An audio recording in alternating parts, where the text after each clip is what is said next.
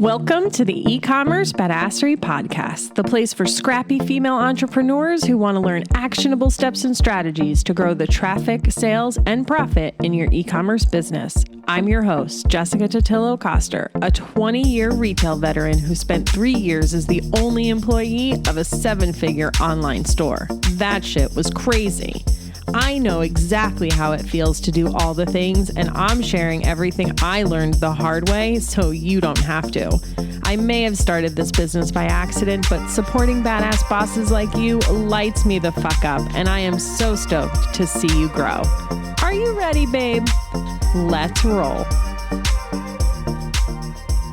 Welcome back to the eCommerce Badassery Podcast. I'm your host, Jessica Totillo-Coster. Today's episode is a special one because it wasn't even on my radar as a potential topic for the podcast. But while I was updating the lounge sign-up page to better reflect the content in the program, I started going through the end-of-year survey I did to get feedback from the members. Like we talked about on episode 260, there is a lot of gold in your customers' feedback, and I was using it to not only see the language they use to talk about the program and their struggles as e-commerce business owners, but also to see what wins they had and the most valuable parts of the membership. As I was reading through them, there were all of these little golden nuggets, lessons, and inspirational stories that I thought, oh shit, I need to share these. Having run the membership for the last couple of years, the number one thing people tell me is how helpful hearing other people's experiences, their questions, their stories, etc. So I figured you would find a ton of value from some of the feedback I got.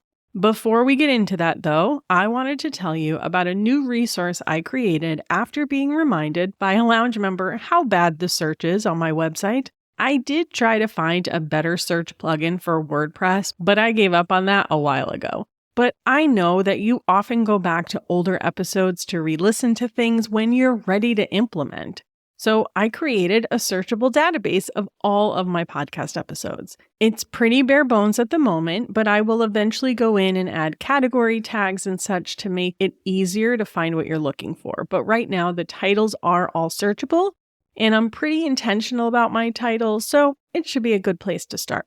Head to ecommercebadassery.com/database to check it out. All right, so let's get into today's content. There are 2 specific questions from the survey that we're going to focus on. The top 1 to 3 things that worked well in your business and the top 1 to 3 things you learned. Fair warning, I did my best-ish to organize this so we don't jump back and forth too much, but sometimes it made more sense to present the info based on who said it versus focusing on a specific topic or even just one question at a time. Apologies in advance. You can always get the written transcript version on my website at ecommercebadassery.com/264. Unsurprisingly, there were a lot of wins from email and ads. And in most cases, the two went hand in hand. One student, she started her business in July of last year. She essentially had no sales until joining the lounge and starting to run ads in Q4.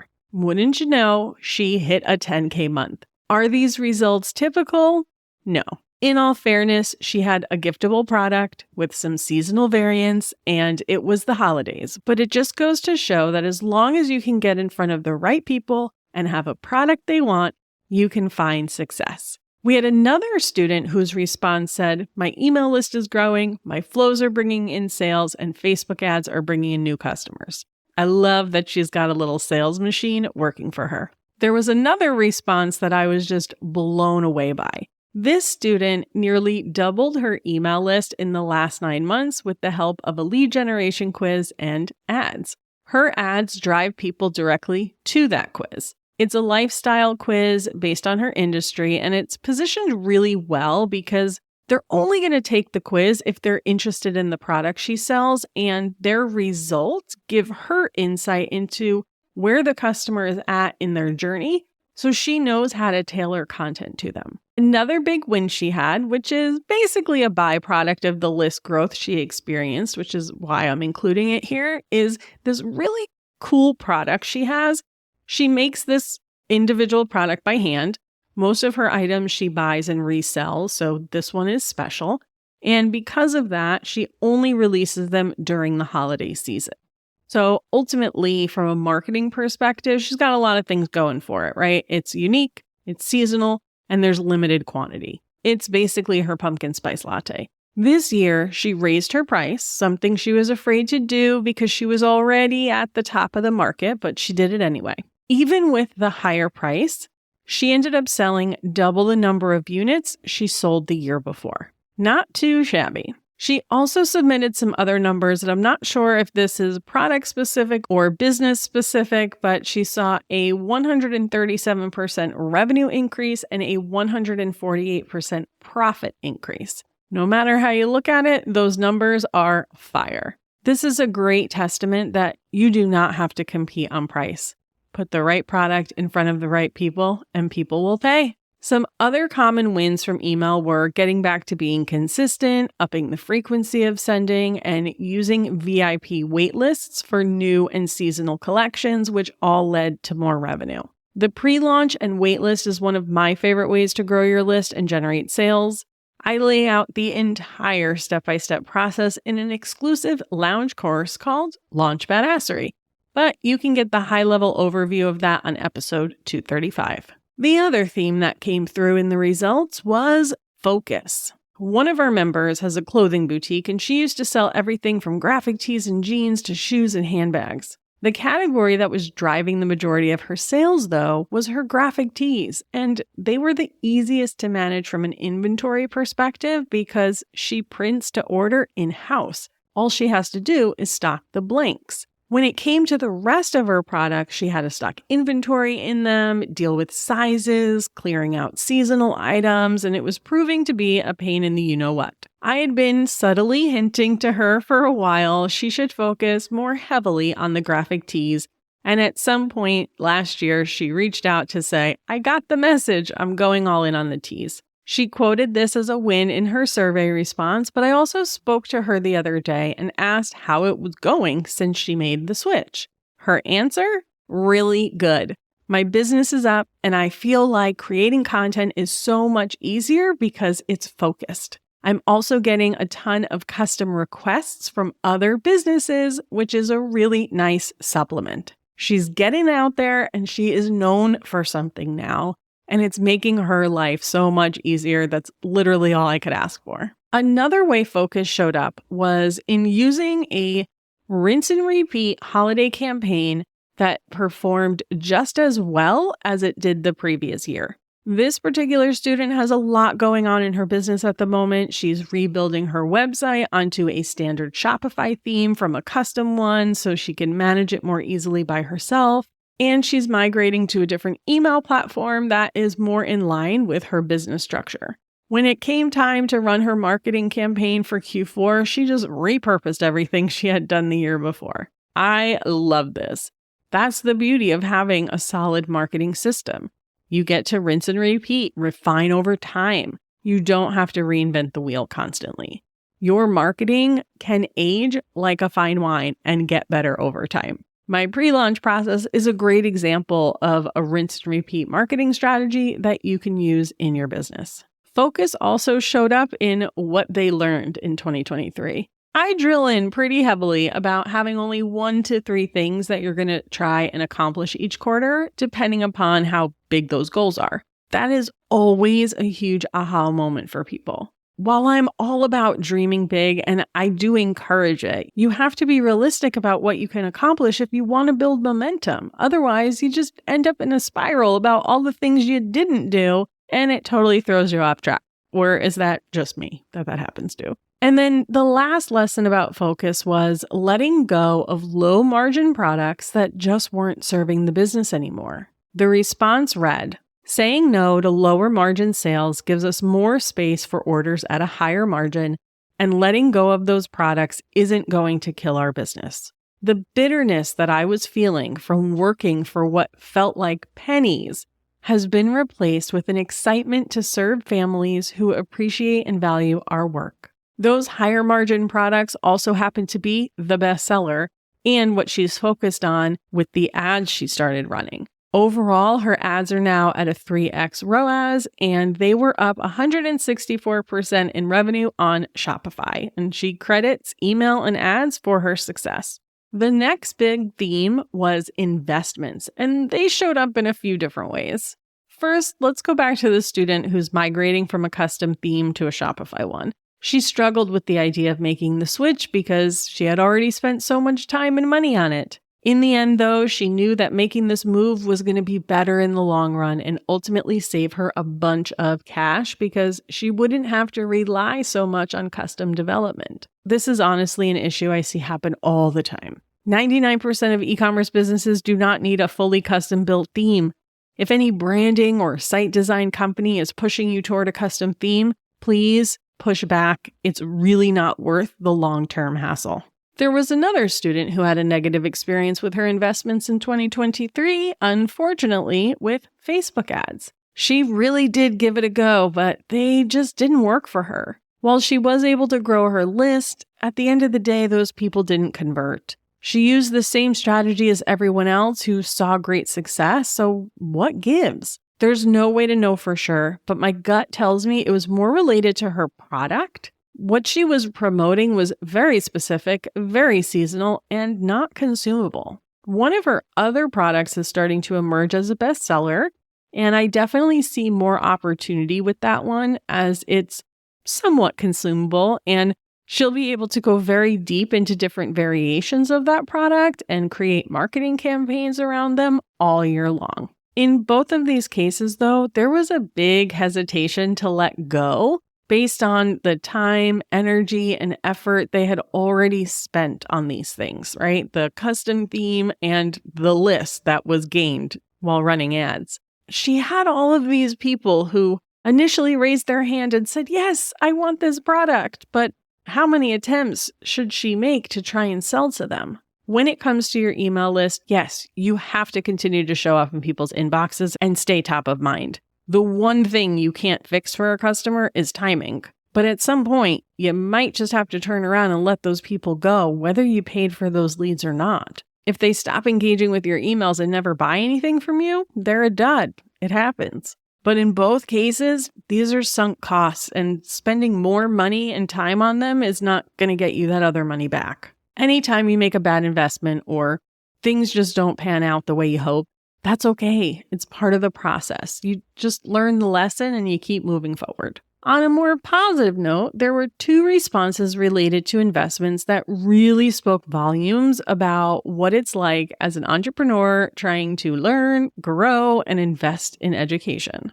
The first one reads, because of my membership to the lounge, I wasn't easily distracted this year with shiny object syndrome for every other educational program out there.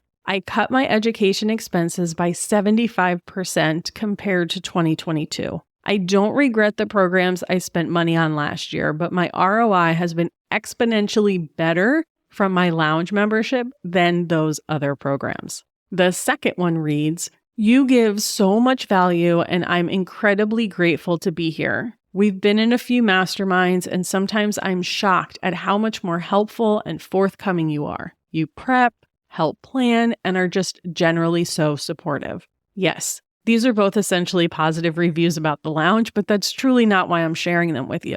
One, I want you to know that if you've been struggling to find the right place, the right program, or you've invested in things that let you down or didn't get you the outcome you were looking for, you are not alone. I've made some not so great investments in programs and mentors before, and honestly, it just made me feel dumb. Like, damn, I should have known better. But let this serve as a reminder that it happens to the best of us. 2 is that different businesses at different points in their journey need different program structures. I've seen some businesses invest in these big masterminds when they're still lacking in some foundational things in their business, or they might even be in debt. Or maybe they're investing in a bunch of different programs to learn a bunch of different things when they'd probably be better served by getting really good at a handful of proven strategies. That's not to say there isn't a place for those programs. There certainly is.